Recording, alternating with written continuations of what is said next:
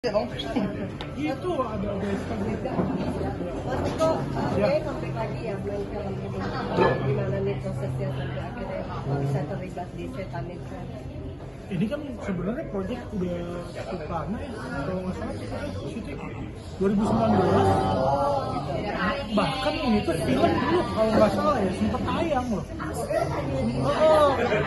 Satu hari mungkin ya sebelum PSBB. Akhirnya pas PSBB tuh ditarik lagi filmnya. Makanya di film ini tuh aku ingat banget main sama komika-komika juga, ada Anyu, ada almarhum Bade, ada Mongol. Oh, berarti syutingnya udah lama banget. Udah 2019 nih, jadi sempat tayang. Terus karena PSBB itu lockdown, ditarik lagi. Terus nggak tahu baru dapat kesempatan tayang lagi di tahun ini. Masih ingat tuh bang, perannya sebagai siapa di sini? Generalnya ya aku sebagai Ujang, cuma Ujang ini apa dan siapa karena menurut aku ini salah satu film yang agak plot twist juga ya. Jadi kalau dijelasin terlalu detail Ujang itu siapa, takutnya nanti jadi spoiler. Tapi setan bukan? Film ini ada unsur horornya gitu. Ada beberapa penampakan hantu, ada beberapa jump scare, tapi menurut aku sih ini lebih fokusnya mungkin 70% horor, 30% komedi. Tapi kalau di sini lu lucu kah bang atau gimana? Atau dramanya? Ini kan 2019 ya, nggak tahu kebetulan atau apa ya, atau ya universe works in mysterious way gitu ya. Di sini tuh si Ujang ya, perannya tuh jadi orang yang apa ya, kanan kiri ikut gitu, terus manipulatif. Jelek dong ya? Ujang banget. Nah, nggak tahu ya, ini faktor karena saya meranin karakter Ujang apa enggak, hidup saya kesini ke bawah kanan kiri manipulatif gitu. Kayak masuk banget ke karakter Makanya Saking menjiwainya. saking jiwainya. Dan iya, karena kan biasanya jadi karakter filmnya tayang terus udah lepas, karakter filmnya tayang terus lepas, terus yang ini karena nggak tayang jadi mungkin ke bawah kali. sampai sekarang. Karena ini udah mau tayang, jadi insya Allah udah nggak manipulatif lagi, udah nggak ke bawah karakternya Ujang lagi. Jadi kok sekarang jadi lebih baik gitu? Ya, insya Allah lah. Maksudnya siapa sih yang punya rencana pengen jadi lebih buruk gitu kan ya? Tapi selain ini project-project udah ada yang masuk lagi Kak Tiko atau kegiatannya apa sekarang? Aku yang ngerasanya sebenarnya emang nggak pernah berhenti kerja sih gitu. Jadi maksudnya proyekan apa yang masuk aku kerjain, proyekan apa yang masuk aku kerjain gitu. Kalau nggak ada on air ya aku off air gitu kan, itu ya biasanya.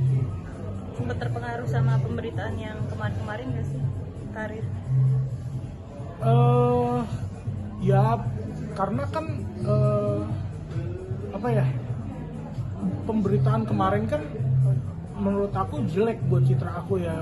Terus kalau jadi ada beberapa brand atau beberapa pihak yang akhirnya nge-cancel gitu, menurut aku jadi wajar aja gitu. Jadi tapi kan kepercayaan itu kan bisa di-build lagi gitu. Jadi ya menurut aku tugas aku tinggal nge-build pelan-pelan aja sih. Berarti pengaruh kena cancel nggak bang atau jadi ada yang banyak dibatalin gitu? Kalau dibatalin sih enggak sih. Mungkin tadinya yang ada niatan buat pakai aku jadi nggak jadi mungkin kayak gitu. Tapi kalau di cancel enggak sih. Tapi upaya bang Tiko buat membalikin lagi nama baiknya sangat sih bang. Yang namanya nge-build trust lagi, apalagi sebelumnya pernah broken gitu, pasti lebih susah daripada nerusin sebenarnya, cuma ya kan mau nggak mau harus dijalani gitu. Kita ada upaya-upayaan diri dengan menjauhi hal kayak kemarin yang pinjam-pinjaman gitu.